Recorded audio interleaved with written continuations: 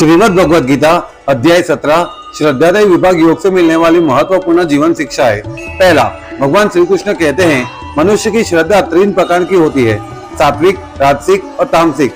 हर व्यक्ति की श्रद्धा उसके स्वभाव के अनुरूप होती है।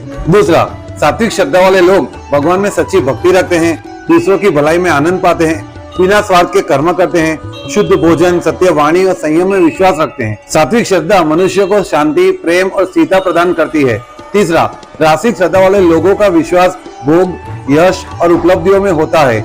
वे कर्म तो करते हैं परंतु फल की इच्छा से, दिखावे और सम्मान की लालसा में रहते हैं। राजसिक श्रद्धा से अस्थायी सफलता तो मिलती है पर मन की शांति और आध्यात्मिक प्रगति नहीं होती। चौथा, तामसिक श्रद्धा वाले लोग अंधविश्वास और अज्ञान के कारण गलत कर्म करते हैं, हिंसा, शराब, अपवित्र साधनाओं में विश्वास रखते हैं, आलसी, नकारात्मक और विनाशकारी प्रवृत्तियों में फंसे रहते हैं।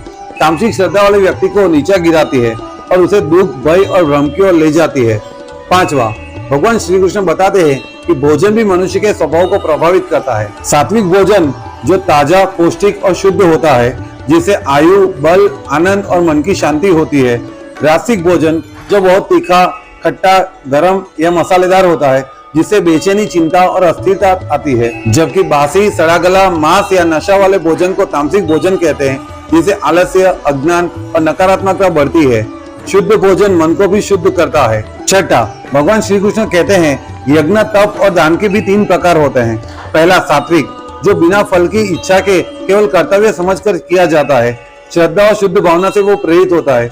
उसके परिणाम से आध्यात्मिक शांति और पुण्य प्राप्त होता है। दूसरों को दिखाने के लिए किया गया यज्ञ, तप या दान राजसिक कहा जाता है। वो फल, यश या मान पाने के लिए किया जाता है, जिसके परिणाम स्वरूप अस्थायी संतोष मिलता है। बिना श्रद्धा, नियम और विवेक के किया गया कार्य तामसिक कहा जाता है, जो हानिकारक या अहंकार से प्रेरित होता है, जिसके परिणाम स्वरूप पाप, अज्ञान की वृद्धि होती है। सातवां, भगवान श्री कृष्ण कहते हैं ओम तत्सत, ये 3 शब्द परमात्मा का प्रतिनिधित्व करते हैं।